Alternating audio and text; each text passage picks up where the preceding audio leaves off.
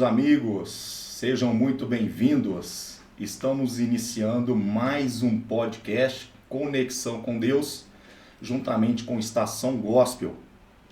E nessa oportunidade eu estou muito feliz. Eu quero primeiramente agradecer a Deus por tudo que Ele tem nos proporcionado, por Ele ter nos proporcionado essa oportunidade de estarmos podendo gravar esses vídeos do nosso podcast.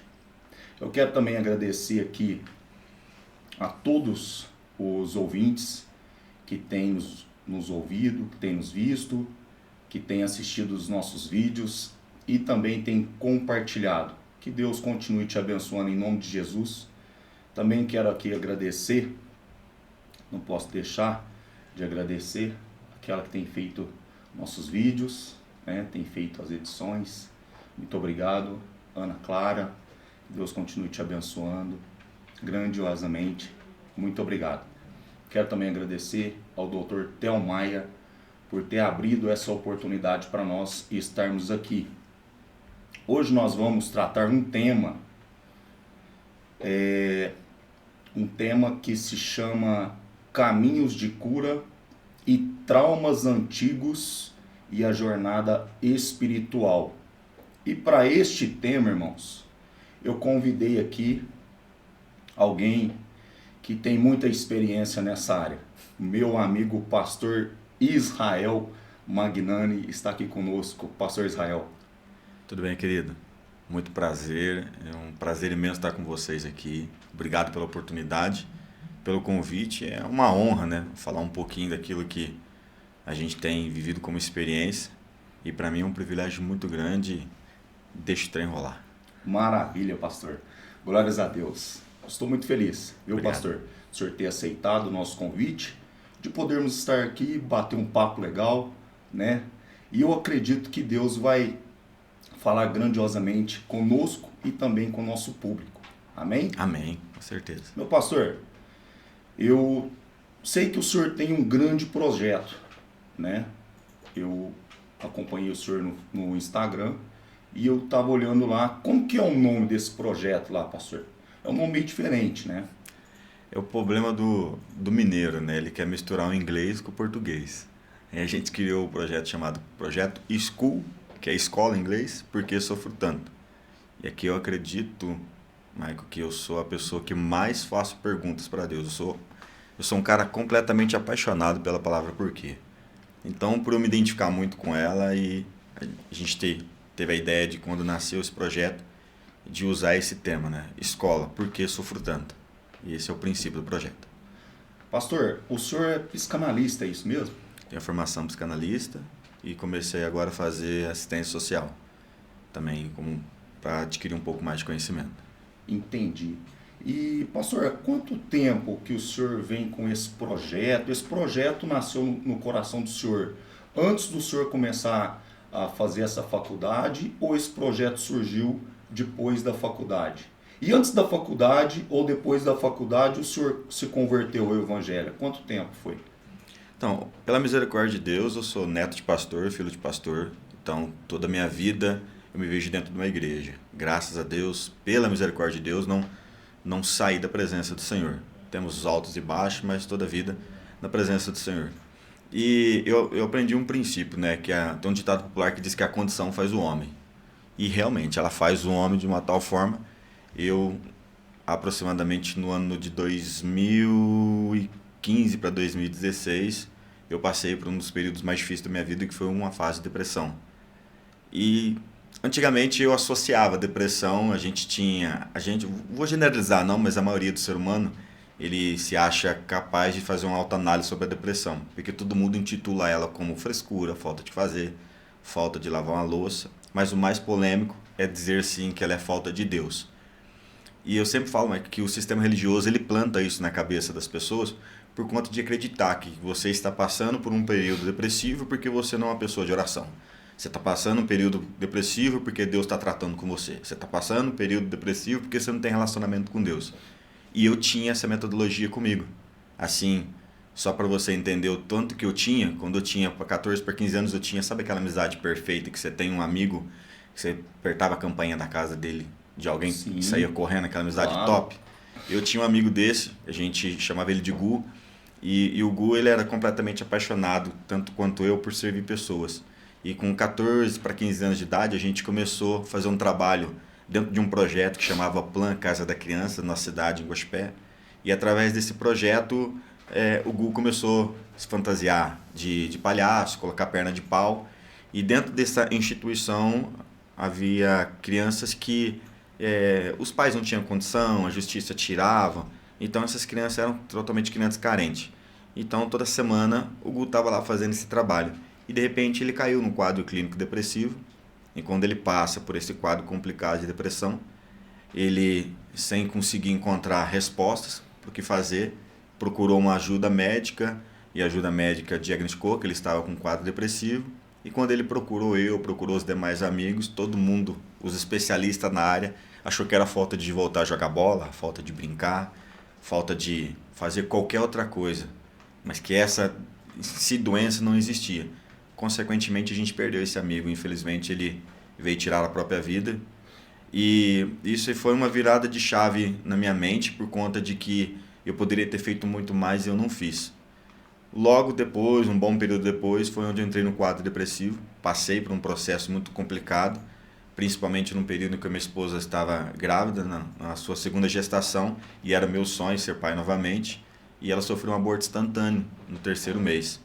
Depois que a gente passa pelo processo, que a gente vai aprendendo, que eu fui descobrir que é normal, né? Hoje, na realidade do mundo hoje, a cada 10 mulheres, 3 sofrem um aborto instantâneo nos seus 3 primeiros meses. Então, é uma estimativa que, infelizmente, é normal acontecer. Só que eu me revoltei com Deus.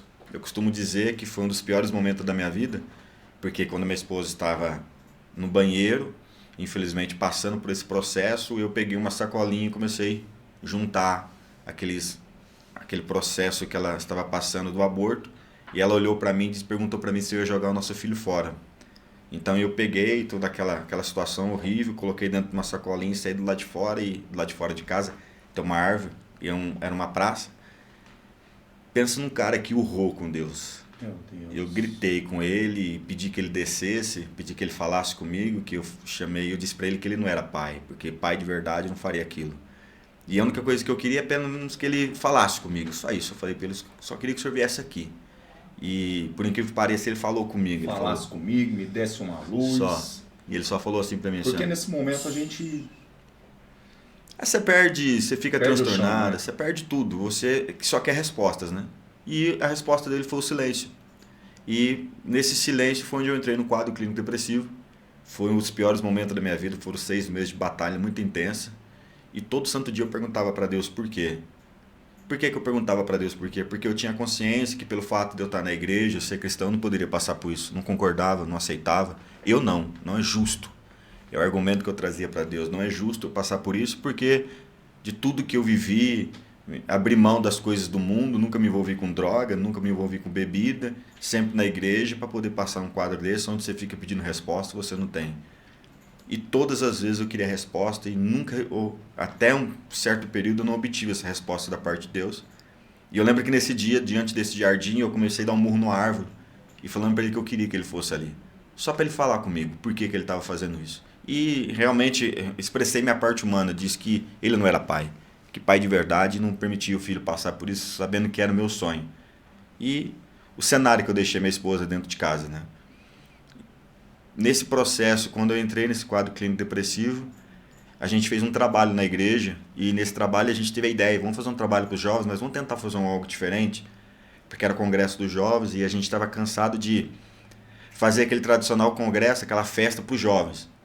A pergunta que a gente lançou para que a gente pudesse mudar o tema é: o que o reino vai ganhar? É a festa nossa, mas e as pessoas? E o reino? Quantas pessoas vão ser alcançadas através dessa festa? E através disso a gente fez uma reunião e tivemos uma ideia de fazer um teatro. E nesse teatro a gente pensou, cara, que tema que a gente vai pôr? Aí começamos a pesquisar e pegamos 2 eras que era muito presente e frequente na época, que era Free Fire, que é o jogo do celular, e a depressão, que era um quadro clínico que estava assustando, né? Espalhado muito aí. E através disso a gente desenvolveu essa peça de teatro e tivemos uma ideia, vamos fazer diferente, vamos levar para a escola, já que a gente vai falar de Free Fire, falar de depressão, ansiedade, crise de pânico, vão para a escola. Então esse projeto ele começou dentro da igreja primeiro. Começou literalmente dentro da igreja. Aí ele nasceu realmente dentro da igreja com o propósito da gente fazer algo diferente para a igreja. Como se trata de juventude, a gente não quis fazer aquele tradicional congresso como todo mundo faz. Aquela festa de final de ano, convida a igreja tal, tá, mas e o reino? O que o reino vai ganhar com isso? Então foi onde a gente teve a ideia de colocar o cara para fora, de gerar uma identidade diferente e pegamos temas principais. Pegamos o vício, que era a dependência da molecada, que era o Free Fly, e as sequelas de muitas coisas, de traumas que eles vêm carregando, que foi a questão da depressão. Aí nós entramos dentro da escola e apresentamos a palestra. E terminando a palestra, a gente começou a receber muita mensagem de aluno. E aquilo ali foi uma virada de chave na minha vida muito forte. Porque a gente recebeu mensagem de aluno dizendo assim, eu nunca imaginei que eu ia viver isso dentro da escola, eu nunca imaginei que eu ia chorar dentro da escola. Então, assim, despertou um gatilho em mim. Nesse despertar o gatilho, a gente terminou, fez o congresso, fizemos um congresso lá de fora, foi tudo muito lindo. Foram 43 almas que aceitaram a Cristo, nós estávamos com mais de 150 jovens de escolas não evangélicas no evento. Por que a gente fez? A gente fez o teatro dentro da escola, só que não tesourava ele. Não concluía o teatro, aí a gente só passava com uma placa anunciando, continua, dia tal, horário tal. Então a gente conseguiu levar esse público, que ele estava curioso por querer saber o final, porque o final o corte do teatro era a garota subindo e colocando uma corda no pescoço. Então eles queriam saber o que ia acontecer, né? Então a gente conseguiu levar essa juventude para esse evento e foi onde obteve esse resultado. Dali para frente foi onde que eu já tinha passado por esse período de depressão, porém não havia encontrado ainda a resposta de Deus. Dali para frente foi onde nasceu o projeto, que aí começou as coisas mudarem. Pastor, somente quem passa pelo processo, ele tem uma autoridade para falar sobre aquilo, né? E a gente vê que hoje, há muito tempo já vem isso dentro das nossas igrejas, muitos estão sofrendo traumas antigos, né? E o senhor foi um escolhido, né, de Deus para falar a respeito desse assunto, porque o senhor passou pelo processo. Então, quer dizer, o senhor tem uma experiência do que o senhor está falando, dentro do assunto que o senhor está falando. Esses traumas antigos, eles deixam marcas profundas na alma. E eles podem afastar de Deus, gerando dúvidas e medos. Como que a fé pode ser o caminho para a cura dessas pessoas, pastor? Mike, eu tenho total certeza que a fé ela é fundamental.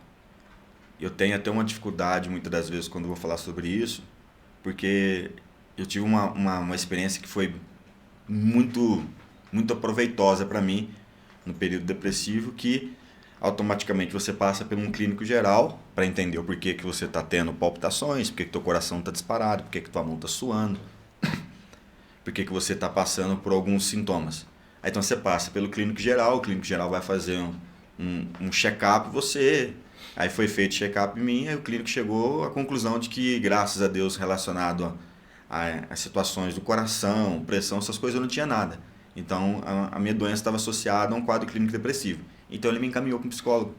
E eu comecei a passar pelo psicólogo, fazer várias sessões. Foram 6 meses de tratamento. Porém, nos primeiros inícios com o psicólogo, ele me viu a necessidade de me encaminhar para o psiquiatra, porque a psicologia ela não tem autonomia de medicar, é só psiquiatria. Então, o psicólogo ele faz a sessão onde ele vai ouvir você para que ele possa poder te orientar. E entender a sua história, né? Isso, e acessar ao que a gente chama que é o nosso subconsciente, né? A sede das emoções. Sim. Então, ele me encaminhou para o psiquiatra. E quando ele me encaminhou para o psiquiatra, que eu estava num quadro clínico de muita crise de ansiedade, eu estava tendo muitas crises durante o dia, e é a pior sensação do mundo, só quem passa sabe o como é horrível isso. Que eu sempre falo assim, eu até falo isso muito nas palestras, para quem não sabe, tua mão começa a suar frio, de repente ela começa a ficar trêmula, te sobe uma falta de ar, o teu coração dispara muito, uma dor no peito, uma dor de cabeça inexplicável, e te vem uma angústia que você não sabe de onde saiu, perdão da palavra, de onde saiu essa miséria. Uma angústia que você não entende o que está acontecendo. E automaticamente você carrega um duplo sentido, que você quer estar perto de alguém e estar longe de todo mundo ao mesmo tempo, por conta do que você sabe que você já vai ouvir. Então, se você observar, existem várias cenas em rede social de pessoas durante um período da crise que ela fica se segurando, porque ela não quer que as pessoas vejam ela naquele cenário. É onde que eu falo que nasce a maior dificuldade da humanidade. A depressão, ela é uma doença muito real, ela é uma doença. E por ela ser uma doença, por que ela sofre tanto preconceito da sociedade assim? Então toda pessoa que passa pelo período de crise, ela tenta se retrair. E é o pior veneno que faz, porque ela precisa extravasar. A alma dela já está falando, não estou aguentando. Então reflete na sua matéria, no seu corpo, onde você vive várias sequelas. Então, um exemplo, se eu estou sentado aqui com você agora, e eu estou num período de crise de ansiedade, crise de pânico, automaticamente eu já me conheço, eu já começo a ficar inseguro, só porque eu estou com você que eu não quero que você perceba, então eu fico tentando me segurar. Então é notório para quem passa por isso, você vê que ela fica tentando fazer assim, fica tentando disfarçar, ela quer criar alguma coisa, mas para que ninguém consiga entender que ela não está bem. Por conta do quê? Porque medo de como você vai reagir com o que está acontecendo comigo, medo dessa exposição. Então, em cima da sua pergunta, eu tive que passar por um psiquiatra, e na mesa do psiquiatra ele sentou, ele me ouviu aproximadamente 20 minutos. Na hora que ele terminou de me ouvir, ele pegou o receituário e foi me preparar o remédio. E disse para mim, eu vou preparar para você 2 remédios iniciais que você vai precisar tomar, que ele me indicou o Rivotril e me indicou o Clô. O Clô, segundo a psiquiatria, é um remédio que vai tratar o quadro depressivo. O Rivotril é para você usar durante os períodos de crise. Então ele disse, você pega esse Rivotril, na hora que você tiver crise, você toma ele 5 minutinhos e passa. E eu levantei, eu estava deitado numa suposta, tipo uma maca, uma cama. Na hora que eu levantei, me veio um gatilho. Assim eu parei, eu olhei para ele e falei assim, doutor, o que é depressão? Aí ele disse para mim assim, Israel, depressão é o estágio onde a sua alma vem carregando muitos traumas durante toda a sua vida e você vem se acarretando. Eu vou exemplificar aqui, ó. Olha que legal. Pode fazer bagunça aqui, não? Pode ficar à vontade, pastor. Essa aqui é a alma do ser humano. A alma do ser humano, ela tem um limite. Tudo na vida é determinado através de um limite. Isso aqui é a alma do ser humano. Os traumas vêm. Então, por ter a formação psicanálise, baseado na tese de Freud, a gente acredita que a criança ela já começa a viver os traumas dentro do ventre da mãe. Ou seja, tudo que a mãe está vivendo no período gestacional, ela já está passando para a criança. Então, as informações de trauma já começam a vir sobre a criança. Durante o ciclo da vida dela, os traumas continuam a vir. Aí essa criança está com 5, 6 anos, é uma criança arteira, uma criança proativa, então ela começa a ouvir palavras que machucam. Você é uma decepção, maldito dia que você veio no mundo, que raiva, você só atrasa a minha vida. E essas informações vão vindo sobre a criança. 10, 11, 12 anos, ela começa a frequentar uma escola, a escola ela começa a viver preconceitos, né, que é uma pré-definição de algo, começa a viver calúnias, o tradicional bullying, e a alma dela vai enchendo. Aí quem sabe ela passa por um período, vou deixá-la um pouco mais adulta, ela vai construir um cenário em casamento, sofre infelicidades no casamento. Então todos esses traumas, chega um momento que ela está aqui, ó, está no limite. Quase transbordando. Qualquer coisa que acontecer agora é onde a alma reage. A alma está gritando e dizendo, nós não aguentamos mais. A gente precisa se tratar. Só que ninguém se atenta para isso porque tem o que eu disse, o tradicional preconceito. Depressão é falta de Deus. Então é coisa do Satanás, é coisa do inimigo. Então não vou parar para tratar. E a alma está dizendo, nós não está aguentando, precisamos tratar, precisamos extravasar. E sabe qual que é o grande desafio? Por que a alma chega assim? Porque todo ser humano ele tem uma identidade dele, que é o que eu chamo que é a famosa resiliência. Ou seja, eu aguento. Você recebe uma pancada, você diz, eu aguento. Você recebe mais um, não, eu dou conta. Porque você não quer demonstrar fraqueza para ninguém. Isso é natural nosso, a gente quer ser assim. Então, consequentemente, você vai aguentando. Só que chega um momento que a gotinha que você colocar aqui, você vai extravasar. É onde a alma extravasa e afeta toda a matéria física. Que é onde tem pessoas que têm queda de cabelo, tem pessoas que sofrem alteração, tem pessoas que passam a ter um período de obesidade, engorda, tem pessoas que emagrecem. Cada corpo reage de uma forma. E através dessa aula com o psiquiatra, eu fiz uma pergunta para ele. Doutor, os 2 remédios que o senhor me deu, vai tratar o problema da minha alma? Vai tocar nela? Ele olhou para mim e falou assim, não vai, Israel. Aí eu entendi, falei, cara, então esse remédio não é para mim. Por quê, pastor? Ele vai te trazer uma dependência. Total. Então, o senhor já está quase transbordando com todos os traumas que o senhor recebeu na vida. o senhor começa a tomar um remédio que o senhor vai se tornar dependente dele. Ele vai encher mais ainda. Eu aprendi, pastor, que nós somos corpo, alma e espírito. Todo trauma que nós recebemos no exterior, ele é acumulado na alma, igual o senhor disse agora. Porque a alma é a onde sede fica, das emoções. Isso, onde fica a memória de tudo que nós passamos aqui, certo? E existe o espírito. Tudo que passa para a alma, nós vamos sentir no espírito, pastor. Desde um pequeno cortinho que nós fizermos. Isso aí vai ficar gravado. Vai ficar gravado. Então o que acontece? A fé, pastor, é aquilo que nos conecta com quem? Com Deus, com o divino, certo? E Deus, pastor, ele é a fonte de toda a cura. Deus é a fonte do milagre, Deus é a fonte de tudo, né? Então, quando nós nos conectamos com Deus, o Senhor ele começa a devolver essa coisa boa para nós, essa cura para nossa alma. Ainda que aquilo fique gravado, mesmo assim nós vamos receber a cura.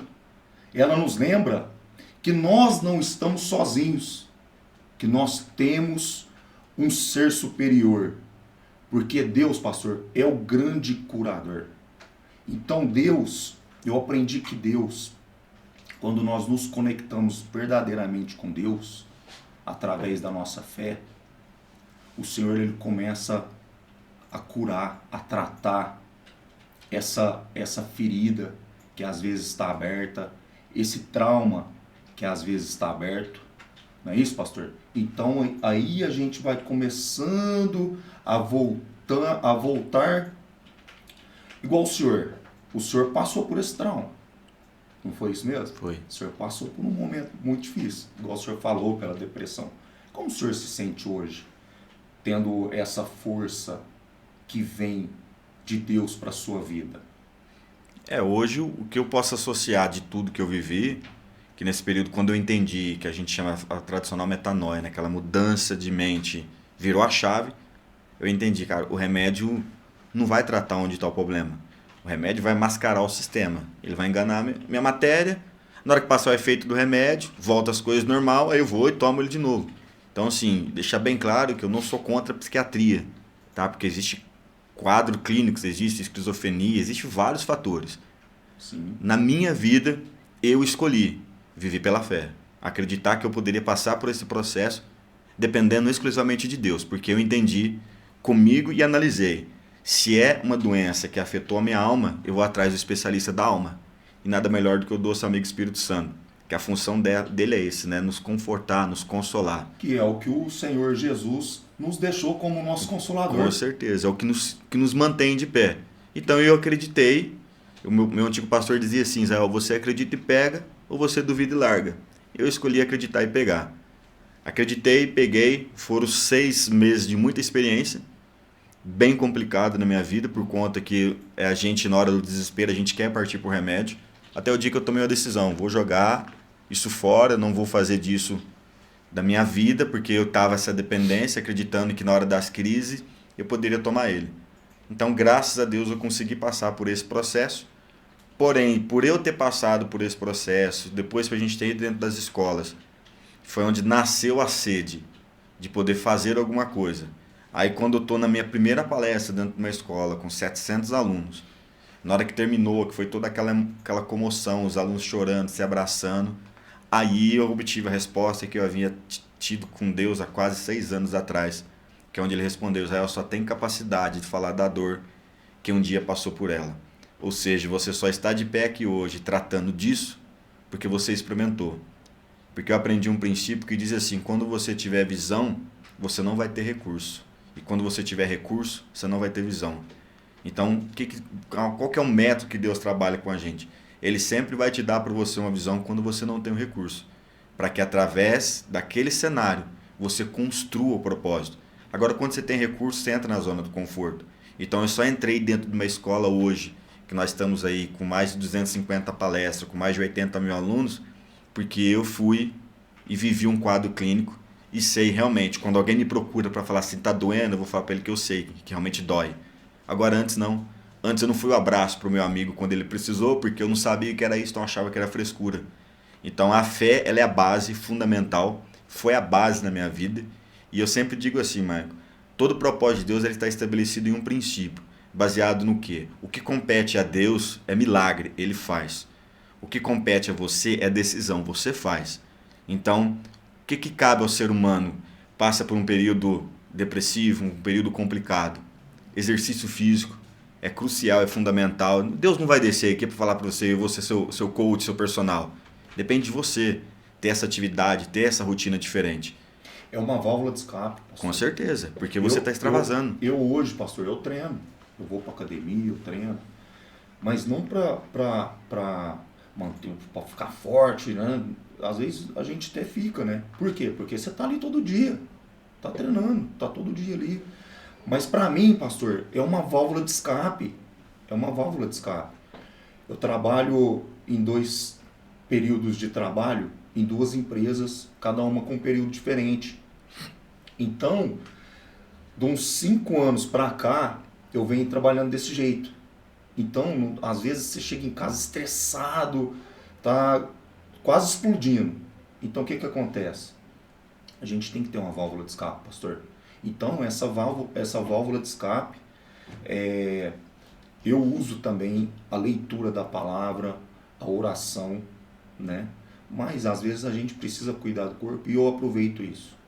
Eu aproveito esse tempo para poder cuidar da minha saúde, porque nós somos o templo do Espírito Santo. O Senhor disse que nós devemos cuidar desse templo. Certeza. Né? Nós precisamos estar saudáveis para poder estar indo fazer uma visita, estar indo ministrar a palavra, né? Que essa é a nossa função, porque é pela palavra que a fé vem, né? A fé vem pelo ouvir, e ouvir pela palavra de Deus, né? Então eu aprendi que nós precisamos estar bem, né? Então eu uso essa válvula de escape, né?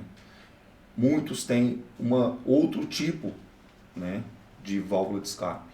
Às vezes vai fazer uma caminhada, às vezes vai jogar uma bola, um futebol e por assim por diante. Não é isso mesmo, pastor? Com certeza. Tem até, Marco,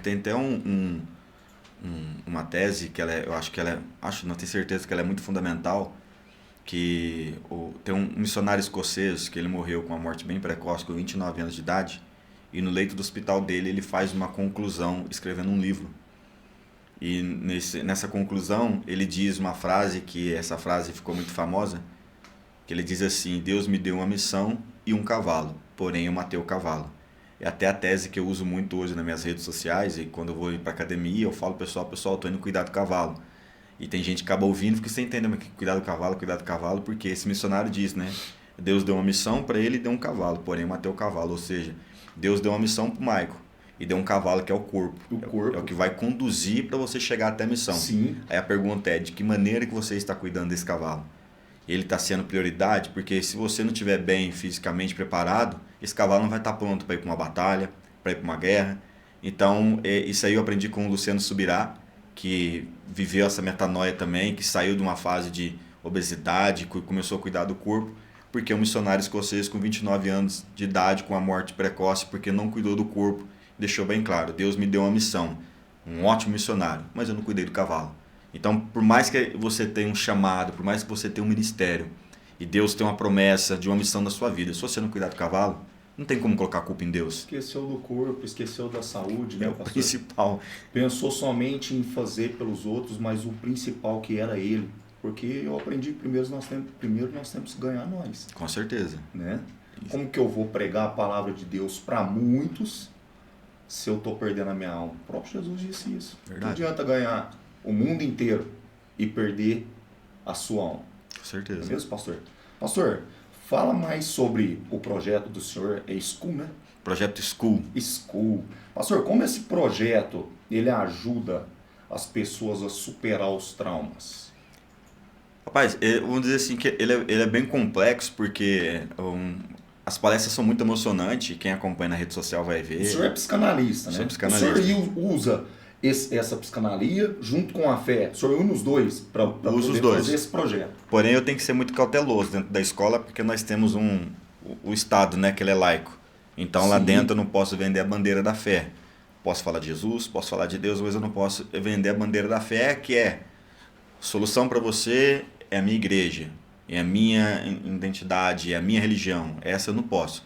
Posso falar de Jesus à vontade, posso fazer a oração do Pai Nosso, posso falar de Deus, porém eu tenho que ser muito cauteloso para que eu não possa gerar problemas tanto para a administração da escola ou da prefeitura. Então, essa cautela tem que ter. Pastor, quando a gente faz esse tipo de trabalho, um evangelismo que a gente vai fazer, uma cruzada que a gente vai fazer do lado de fora, a gente nunca usa, né, a placa de igreja. A gente não está falando de placa, nós estamos falando que Jesus ele cura, que Jesus ele salva e que Jesus ele liberta.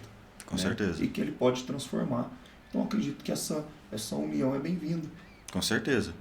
Hoje é assim, quando se trata a respeito da doença que associa às emoções, psicologia em si ela não aceita e não concorda, né? Você atribuir no atendimento a fé com a sede das emoções com a psicologia.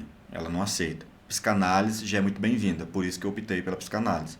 Porque a psicanálise eu posso exercer a fé, que é aquilo que eu acredito, junto com o conhecimento, que é poder tratar das emoções. Então, assim, a medicina em si, eu não posso dizer se ela não pode, se ela não concorda, se ela não quer assumir. Mas a medicina em si, ela não assume esse papel relacionado à fé. Processo de cura, processo de tratamento é tratamento, mas eles não associam a questão da fé. Espiritual é espiritual. Não associa. Eu, por outro lado, quando eu estou dentro de umas escolas, a gente aborda, são vários temas, mas os principais a gente trata como valorização da vida, que é temas de depressão, crise de ansiedade, crise de pânico, automutilação.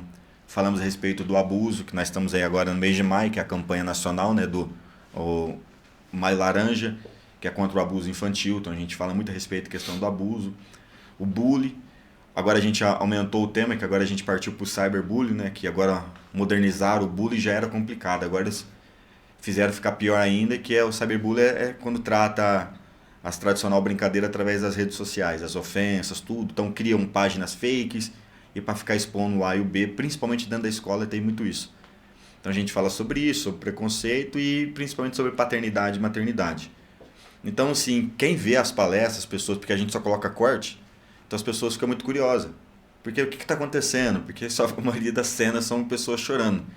Porque realmente ela é muito emotiva, a gente trata realmente a sede das emoções, acessa aquela dor que ela está vivendo, e eu já fui abordado por professores e diretores perguntando para mim, como que você consegue? E aí quando eu estou no bastidor eu falo à vontade, né? Eu não consigo nada. Se não for o Espírito Santo para dar um abraço nessa galera aqui, não tem homem no mundo que consegue fazer isso. Então eu sei que é tudo a operação dele, porque a gente tem vários exemplos. A nossa palestra ela é bem dinâmica, a gente traz muitas pessoas para participar. E termina a palestra, uma direção pergunta, você não tem noção, você pegou o aluno certo, parece que você até conhecia a história dele. Porque quando eu vou perguntar alguma coisa, aí 5, 6 levanta a mão. Aí no meio eu escolho, vem você. Aí depois, nos bastidores, nossa, tinha que ser ele. Então parecia até um negócio combinado, porque eu falo, né? Porque é o Espírito Santo mesmo. Então dentro das escolas a gente trata esses principais temas, porém é o que eu sempre digo, a gente mexe nas feridas. E mexer na ferida ninguém quer, porque é horrível, dói. Se abrir, arrancar a casquinha que está por cima ali, mexer onde que está machucado, é horrível. Porém, sempre vem o pós, né? O pós-palestra. Porque mexeu nas feridas e agora cabe a cada um entender o que precisa fazer, que é continuar o processo desse tratamento. Então, dentro das escolas, a gente oferece a palestra, uma palestra aproximadamente com 1h30, e hoje a gente trabalha com 3. A gente tem a palestra para os filhos, que é Por que Sofro Tanto. Depois a gente tem a palestra para os pais, que é Como Estão os Seus Filhos. E por último a gente tem a palestra para os servidores, para os professores, os profissionais na área, que é se não for para servir, para que eu sirvo? Então sempre quando a gente oferece esse plano de trabalho, esse projeto, a gente oferece para que a gente possa atender toda a demanda. A mais difícil, Mike, que eu falo para você, é a dos pais. Por que que é mais difícil? Isso aqui dá até briga e dá ibope, tá? Os haters amam isso aqui que eu vou falar agora. Porque os pais não querem assumir o seu papel. Mas não assumir o papel de pai, eles não querem assumir o papel que eles estão errados. Assumir o papel de pai, todo mundo ergue a mão e fala, eu sou pai. Agora assumir que eu estou errado, eles não querem assumir isso. Eles não querem assumir que hoje eles terceirizam o processo. É muito mais fácil eu confiar o meu filho a uma gestão de 1/3 do tempo dele dentro de uma escola, sendo instruído, ensinado por um professor que eu não sei nem o que. É muito mais fácil eu deixar com que ele passe muito mais tempo numa rede social, no celular, para me dar mais tempo, para me poder manter a minha atividade do dia. Então o grande problema não é que os pais não querem assumir ser pai. Eles não querem assumir o papel deles. Eles não corrigem os filhos da maneira que eles precisam corrigir. Então eles deixam na mão de outras pessoas. Com certeza. Da pessoa que está na escola, que está como chama lá, nas creches, né? Então ele deixa lá o filho dele para quem está lá administrar a vida do filho dele. Infelizmente. Né? Corrigir do jeito que eles acham que deve corrigir, em vez dele corrigir da maneira correta, né? Da maneira que ele É que eles esqueceram, eu acho que esqueceram. E eu falo porque eu não sou um pai perfeito. A minha filha está aqui, eu falo isso muito na palestra. E eu me intitulava como um pai ogro. A minha filha, até os 13 anos de vida dela, ela tinha o pior pai do mundo. Ela com 2 anos de idade, eu trancava ela dentro de um quarto escuro e deixava ela berrando. Eu era carrasco. Mas por quê? Porque eu tenho uma metodologia que a gente aplica, que a gente diz vítima da vítima. Eu só gerei na minha filha o que eu recebi do meu pai. E meu pai só gerou em mim o que ele recebeu do meu avô. E as pessoas não param para quebrar esse ciclo. Ou seja, vai passando de geração em geração. Então não tem como eu cobrar do meu pai paternidade. Né? Não tem como eu cobrar do meu pai paternidade, sendo que ele nunca teve paternidade. Então o que tem que acontecer comigo? Eu tenho que ter uma ótica diferente. Eu tenho que enxergar que meu pai foi uma vítima. Beleza. Mas essa vítima gerou trauma em mim. Gerou. Mas por que a minha filha tem que carregar? Então se eu tenho um entendimento, eu quebro esse ciclo. Beleza, meu pai foi vítima, eu fui vítima do meu pai, mas a minha filha não é obrigada a ser vítima minha. Então eu posso quebrar esse ciclo. O problema é que a gente tem uma facilidade do processo de terceirização. Eu estou gerando isso na minha filha porque meu pai fez em mim. Poxa, quebra esse ciclo. Seja a diferença na tua geração. E aí, para você ser a diferença, você tem que assumir o papel e entender. Os filhos são herança do Senhor. Pô, é um presente que Ele te deu. Ele confiou em você, Ele viu capacidade em você para isso. E a pergunta é, por que você não está exercendo? Se Ele te deu, é porque Ele viu essa capacidade. Ele sabe que você tem a capacidade de paternidade, de maternidade. Ele sabe que você tem. Por que você não está exercendo? Ah, porque eu venho de um relacionamento complicado. E o que culpa o seu filho tem? O problema é que a gente terceiriza. Nós não queremos assumir o papel. Eu vou exemplificar aqui. Nós temos situações... Vou compartilhar uma história só para você ver que é interessante. Eu estava numa palestra para pais e filhos. Terminei a palestra, uma mãe no final, na porta do evento, me abordou, colocou o dedo com muito carinho na minha cara e disse: bom, já que você se entende especialista em filhos, soluciona o meu problema. Eu falei: pode falar. Eu tenho um garoto de 12 anos em casa, viciado em videogame no celular. Não aguentava mais aquilo. O que eu fiz? Fui, tomei o celular dele. Chega, vou colocar a regra dentro dessa casa. O dia inteiro nisso aí, deixa de ir na escola, chega. Automaticamente, o filho, toda ação gera uma reação. 12 anos de idade, se revoltou, porque tirou aquilo que é dependência dele. Que sai de casa. Segundo estudos, ele é mais vicioso que droga. Beleza, o menino reagiu com braveza, com autoridade, o pai não gostou da postura do garoto, foi repreender o garoto simplesmente pegou uma faca que estava em cima da pia, com 12 anos de idade, foi para cima do pai. Aí a mãe olha para mim e pergunta para mim assim: e aí, como que eu resolvo isso agora? Aí parei um pouquinho e falei: Jesus, agora é contigo, dá graça aqui. Aí ele me deu a graça. Aí eu perguntei para ela, falei assim para ela assim: quantos anos o garoto tem? 12 anos. Eu falei: parabéns, você tem um filhão que se merece, entupa com ele. Ela olhou assim para mim assim: mas como assim? Ele é teu reflexo. Segundo o Estatuto do Menor, da criança e do adolescente, toda criança de 0 a 6 anos de vida, ela forma 50% do caráter dela não baseado naquilo que literalmente ela ouve, é baseado naquilo que ela está vendo. Até os 6 anos de vida, teu filho é exatamente aquilo que o pai e a mãe é dentro de casa. Ele é reflexo. Ele está vendo. A Bíblia fala: ensina o menino no caminho. A Bíblia não fala para você mostrar. A Bíblia fala: seja referência. Então é no caminho. No caminho. Então a responsabilidade de um pai é entender: até os 6 anos de vida, o meu filho é exatamente a cara do pai e a cara da mãe. Só que ninguém quer assumir esse papel. Porque o meu filho é proativo, porque o meu filho é muito estressado. Aí meu filho grita, meu filho fala palavrão, meu filho xinga, mas aprendeu com quem? Se ele aprendeu foi dentro de casa. O Estatuto Menor diz que do 6º ano de vida até o 12º ano de vida, 75% do caráter da criança é formado naquilo agora que ela está ouvindo. Até os 8 anos, né? É isso mesmo, pastor. Até o 12º ano, naquilo que ele está ouvindo. Que é onde eles entendem a fase da puberdade, a fase do desenvolvimento da adolescência. Que ele está saindo de um ciclo e iniciando um novo ciclo. Certo. Então, agora ele está ouvindo as orientações. Por isso que ele começa a viver um grande colapso na mente dele, porque agora ele está dentro da escola e dentro de casa. O que ele vê é até os 8. Até o 6º ano de vida. A média até o 6º ano de vida. Do 6º ano até o 12º ano de vida dele, média, é agora o que ele está ouvindo. Pastor, então, é aí que está. A palavra de Deus fala, ensina seu filho no caminho que deve andar. Às vezes a pessoa, o pai e a mãe trabalham fora. Precisa deixar o filho, neném, na creche ou manda para a escola. Mas a creche e a escola não pode tirar aquilo que é dever do pai, né? Ou o pai não pode deixar na mão das professoras o que é dever dele fazer. Tudo bem, ele trabalha, ele manda o filho para lá, mas ele deve ensinar. Ele deve dar esse ensinamento.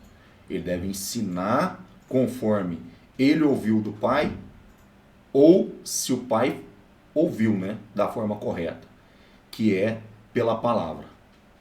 Sabe qual que é o grande problema nisso? É porque eu estou dentro das escolas e eu converso com os professores. E muito dentro de sala de professores. O grande problema, vou falar até olhando para aquela câmera ali. O problema maior é baseado no quê? Quando eu converso com o professor, eu consegui descobrir que os professores têm muito mais o coração dos seus filhos do que vocês como pai. Os professores dão muito mais atenção e não são pagos para isso. Exatamente. São pagos para ensinar matemática, português, biologia e outras coisas. Exatamente. E às vezes o filho chega em casa, o pai não dá uma atenção, o pai não vai perguntar como foi a escola, o pai não vai dar um carinho, o pai não vai ensinar. O que você está precisando, meu filho? O que você está precisando, minha filha? Você precisa de alguma ajuda? Você leu a Bíblia hoje? Você está levando seu filho na escola bíblica dominical? Tem as revistinhas. Você leu a revistinha? A próxima lição? Vai ler a revistinha. Vai ler faz o culto dentro de casa. Pastor, a igreja é a extensão da nossa casa. Certeza. Onde Adão e Eva cultuavam o Senhor? O Senhor, ele vinha no jardim do Éden. Ele vinha pro culto. Verdade. Tá? Nós trazemos, presta atenção, irmãos, nós trazemos o Senhor pro culto. O culto, ele tem que começar em casa. A leitura da palavra, o ensinamento da palavra, louvor, isso tudo tem que começar dentro de casa. E às vezes, pastor, é por isso que os nossos jovens, os nossos adolescentes estão doentes, pastor, com traumas, porque não recebem o ensinamento conforme tem que ser, pastor. Certeza. Não é isso mesmo? Isso principalmente que agora eles estão dentro das escolas, né? E dentro das escolas é essencial, ela está ali para poder ensinar o seu filho, para que ele possa ter uma capacitação profissional. A escola está ali para isso. Pastor, hoje em dia, não só os jovens, não só os adolescentes, porque tem crianças também, mas também tem adultos, pastor, que buscam uma esperança. Sabe por quê? Porque às vezes o próprio pai e a própria mãe tem trauma, né? E às vezes eles buscam uma esperança. Pastor, como que esse público que busca essa esperança pode achar esperança dentro desse projeto do senhor? Bom, relacionado ao projeto hoje, por estar dentro das escolas, a gente trabalha primeiramente para acessar as emoções dele, para tratar as emoções, naquilo que precisa ser acessado. E através disso a gente agora começou a criar um método que a gente possa capacitar os professores que ali estão. Onde a gente fizemos até uma parceria com a Faculdade Unina, que é a faculdade que hoje também faz parte do projeto do Osório Marques, né, o projeto do Pastor Damião. E através dessa faculdade ela tem capacitação, que é a neurociência, capacitação da psicanálise, para que os professores também possam dar continuidade, porque 1/3 do tempo eles continuam com os alunos. Então, ou seja, o projeto fez a apresentação da palestra, virou as costas e foi embora. Os alunos vão continuar, os professores vão continuar. Como lidar com isso? Sendo que eu sou um professor formado em pedagogia, eu falo sobre português. Como que eu vou lidar com o assédio das emoções do aluno? Então, por isso que hoje tem essa parceria que a gente fez para que a gente possa deixar esse respaldo em si para a escola. É a faculdade que você faz à distância, que não você consegue se enquadrar no seu tempo, para que você possa ser a sequência desse trabalho, que é um trabalho totalmente voluntário de servir as pessoas, de continuar tratando. Quando eu tenho oportunidade, Mike, as pessoas me procuram nos bastidores, igual ontem eu tive uma oportunidade, uma pessoa me procurou, a gente sentou para conversar pelos traumas que ele vem passando, em primeiro passo, eu trato para ele uma realidade, porque não adianta a pessoa vir falar assim para mim assim, Zé, eu perdi um pé, eu tenho que correr para a igreja? Não, você tem que correr para o hospital, você perdeu o pé, nós estamos tratando do seu físico. Do físico. Você tem que correr para o hospital. Fez o tratamento do hospital, agora o que você precisa? Você precisa de um respaldo espiritual, você precisa de uma mudança de vida, de uma mudança de hábito, tudo. Então, quando as pessoas nos procuram, principalmente em quadro clínico depressivo, eu falo para eles da realidade, o quão fundamental é uma terapia. As pessoas não levam isso a sério, mas isso é medicina e é comprovado. Eu tenho pacientes que eu atendo que, a hora que quiser, eu me mostro vários relatos via WhatsApp, o quanto vivi uma transformação através de um processo de atendimento terapêutico. Então, a gente trata a terapia e, junto com a terapia, a gente usa a ferramenta fundamental. O que as pessoas pedem? Medicamento? Pede medicamento. Eu dou medicamento para eles. Jesus. Então, junto com esse tratamento, que é você se amar, você se cuidar, agora você precisa entender que você vai tratar corpo, alma e espírito. Não tem como você tratar só corpo. Precisa ser diferenciado, né, pastor? Os três, não tem como você falar assim, alma, você fica mais para trás, espírito, você fica no meio, o corpo vai lá para frente. Não, os três andam junto. Então, tem que haver um balanceamento. E esse balancear, o que é? Foi o que eu disse ontem para um paciente. Cara, o que é 1h30 do seu tempo, de você parar o seu tempo, ir para uma igreja, para você ouvir uma palavra de orientação que vai tratar o seu coração, para você ouvir um louvor que vai lavar a sua alma. Aí ele olhou para mim e falou, posso fazer isso em casa? Eu falei, poder pode, mas a gente não faz, porque a gente é condicionado àquilo que é adaptável. Então, quando você sai de um ambiente e você vai para um ambiente chamado igreja, instituição, você está ali dentro, você é adaptável à condição. Você está ali dentro, então o louvor está rolando, a palavra está rolando, você está ouvindo. Ele está entrando em comunhão, pastor. Agora você ir dentro de casa e fala assim, não, agora eu vou parar aqui, eu vou fazer da minha vida uma rotina, igual tem hoje os famosos desigrejados, que diz que não precisa de igreja, não precisa dessa mesa da comunhão, e não conseguiram entender o princípio que Jesus, antes de ser entregue para morrer, ele teve o prazer de ter a mesa da comunhão, que é trazer as pessoas para perto, trazer os discípulos para perto para poder comungar. Essa mesa da comunhão é eu revelar o meu coração. O que Jesus fez? Um dentre vós há de me trair. Ele revelou a dor do coração dele. A mesa da comunhão é isso. A igreja, a instituição, ela tem esse propósito. Baseada em falhas e erros? Quase não. Toda instituição tem. Mas contanto que você entenda o seu propósito. Você é um ser adaptável. E detalhe, hein, pastor? Ali, quando Jesus ele disse isso, Judas, ele teve a escolha dele. Certeza. Porque ele podia muito bem escolher ali, pediu perdão para Jesus ali, mas o que ele fez? Ele foi e tirou a própria vida, pastor. Né? Eu acho complexo, porque assim, eu já tenho uma visão um pouco diferente. Se a gente for olhar pelo princípio, vamos imaginar a cena. Na mesa da comunhão está Jesus e os demais discípulos. Sim. E Jesus fala assim, ele revela, um dentre vós há de me trair. Começou os burburinhos. Quem será que é? Será que é fulano? Será que é Beltrano? Quem que será? Aí um deles chega no lado de Jesus, está no Evangelho de São João e pergunta, mestre, quem há de te trair? Não era mais fácil Jesus pegar e falar assim, é Judas? Só apontar para ele. Não. Aquele a quem eu der o primeiro pedaço do pão há de me trair. O que Jesus está dizendo para Judas? Independente do que você vai fazer, senta aqui e comunga comigo. Jesus poderia revelar o traidor sabendo que ele já era o traidor com uma acusação. Não, eu quero que primeiro você faça parte desse cerimonial. A quem eu der o primeiro pedaço do pão. Hoje a gente tem uma cerimônia tradicional que no aniversário você dá o primeiro pedaço de bolo para a pessoa que você mais odeia? Não. Para a pessoa que você tem um carinho, que você ama. Sim. Jesus dá o primeiro pedaço do pão para o traidor. Depois que ele participa do período da cerimônia, Jesus olha para ele, em João revela e diz, agora vai e faz o que tem que fazer. Judas levanta e vai fazer o que ele tem que fazer. Quando Judas volta, ele revela Jesus com um beijo. Aí Jesus olha para ele, desgraçado, miserável, você não vale nada, você era meu tesoureiro. Jesus chamou ele de amigo. Por que Jesus chama ele de amigo? Jesus está dizendo assim, o que você faz não pode mudar o que eu sou. Ou seja, você é um ser adaptável. O que você faz não muda o que eu sou. Porém, o que aconteceu?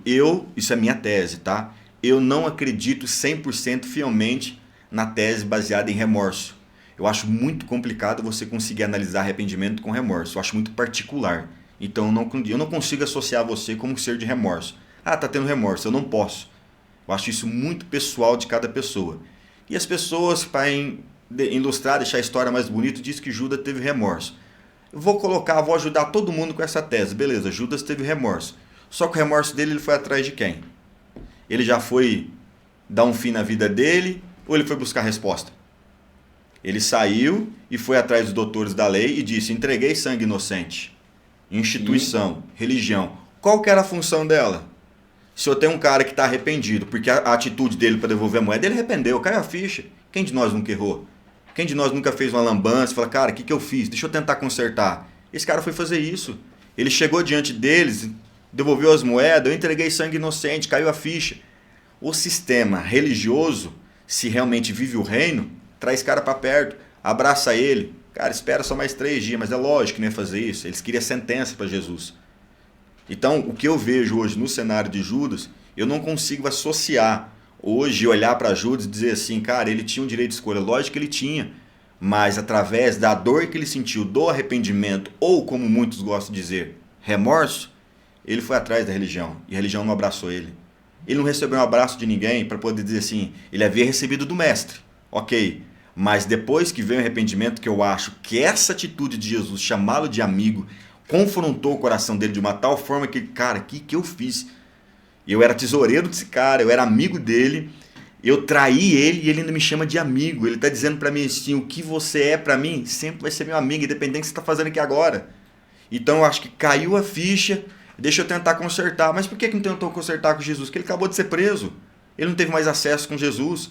Então deixa eu tentar consertar onde eu errei. Gente, eu entreguei sangue inocente, me ajuda.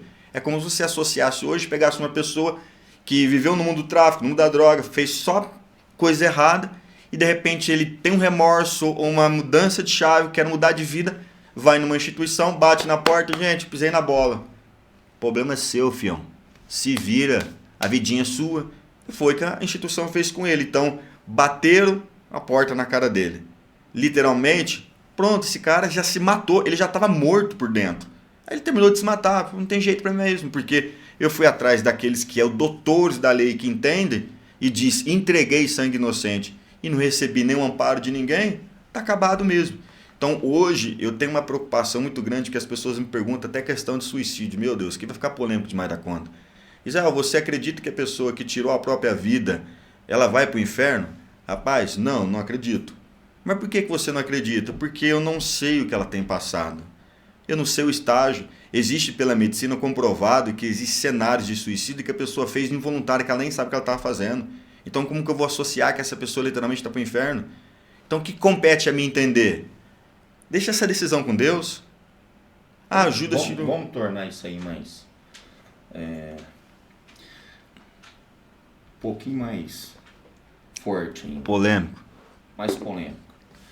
O senhor acha que Judas tirou a vida dele por quê? Não responde. E ele teve a oportunidade de arrependimento? Sim ou não? Teve. Quero você. Me responda você. Viu? Você que está vendo esse vídeo. Nós vamos deixar no ar isso aí. O pastor não vai responder não. Tá bom, pastor? Fechou. Pastor, fala mais. Como que as pessoas podem procurar o senhor aí? A respeito desse projeto? Aonde o senhor tem estado? Como que funcionam as agendas? Hoje funciona assim, Maico. O projeto está há 5 anos. Durante 4 anos da minha vida é um projeto totalmente social, que eu misturava o meu trabalho com o projeto, então eu encaixava as agendas. Porque era um projeto totalmente social, a gente não cobrava, a gente não vivia disso. Porém, as demandas começaram a aumentar através da rede social. Hoje no TikTok nós estamos aí com 203 mil seguidores. Então começou a propagar bastante os vídeos através do projeto.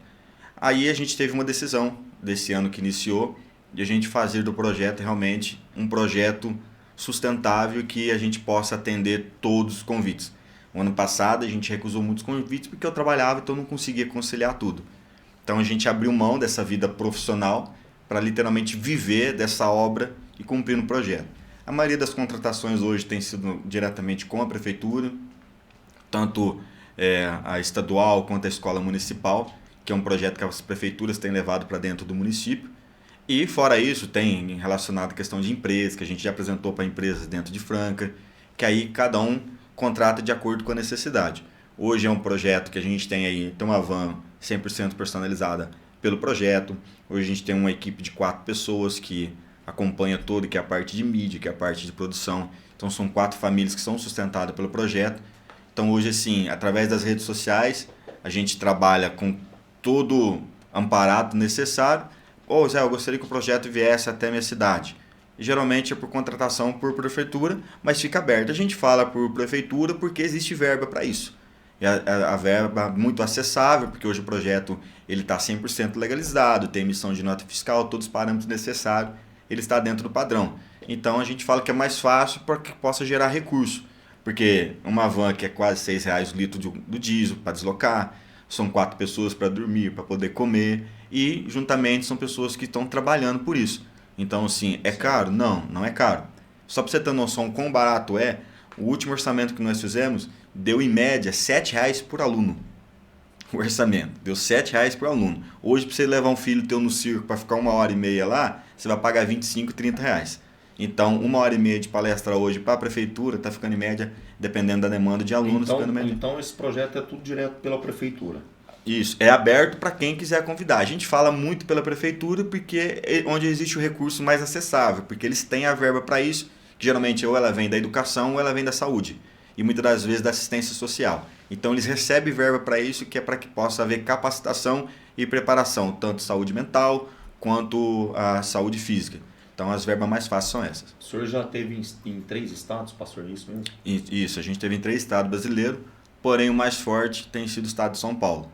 E agora, como a gente mudou para Franca, né, fez um ano que a gente veio para cá, então a região aqui a gente tem atendido bastante, tivemos já na divisa da Bahia, e agora é que a gente começou a se dedicar mesmo para fazer disso uma grande extensão, com algumas parcerias que estão vindo. Certo. E para estar nas igrejas, o senhor consegue estar nas igrejas, fazendo uma palestra? Igreja, eu vim num período que a gente chama de o tradicional período deu branco na abençoada palavra, itinerante.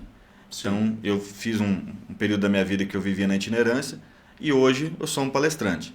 A pessoa entrou em contato e disse, eu quero fazer uma palestra na igreja que vai tratar especificamente disso. Eu vou com o maior prazer. A diferença da igreja é que é um ambiente que eu posso associar 100% Jesus com a metodologia da psicanálise. Aí o contato é direto com o senhor? Isso, é direto com a gente mesmo. Os mesmos contatos que tem nas redes sociais é o que vai falar direto com a gente. Porém, a diferença é que relacionado à igreja, a gente tem um método diferente. A gente não trabalha baseado em questão de valores. A gente trabalha em questão de oferta voluntária, porque todos hoje vivem exclusivamente do projeto. Quer falar o Instagram? O Instagram é @Israel Magnani Oficial. Depois tem o Instagram do projeto, que é o @projeto school_, né? Isso. Então, @Israel Magnani Oficial e @projeto school_, que todos eles estão tanto no TikTok quanto no Instagram. Maravilha, pastor. O senhor está congregando na Assembleia de Deus, Ministério Restinga, juntamente com o pastor Damião e o pastor Lincoln. Na sede? Na sede. Maravilha. Pastor, eu quero te agradecer. Foi uma honra, viu? Prazer é meu. Nós termos o senhor aqui, que Deus continue te abençoando. Meus irmãos, que Deus continue abençoando a cada um de vocês, em nome de Jesus. Eu quero agradecer a cada um de vocês que tem assistido nossos vídeos. O senhor consegue deixar uma mensagem para o público? Com certeza, com o maior prazer. Eu vou deixar para o público que eu mais atuo. Amém. Tá? Principalmente baseado no que, quando você estiver passando por período das crises, tem 2 fatores principais que você nunca pode esquecer. O primeiro de todos, isso não vai te matar. E o segundo, a sua mente mente para você. Então, todas as vezes que quando você está no período de crise, você acha que você está morrendo e a tua mente está informando para você que você está morrendo ou que você está associado a vários tipos de doença. Então, se a sua mente mente, luta contra ela. No momento da crise, comece a informar para a sua mente também, para o seu corpo. É só uma crise, é só uma fase, está passando. E isso não é por toda a minha vida.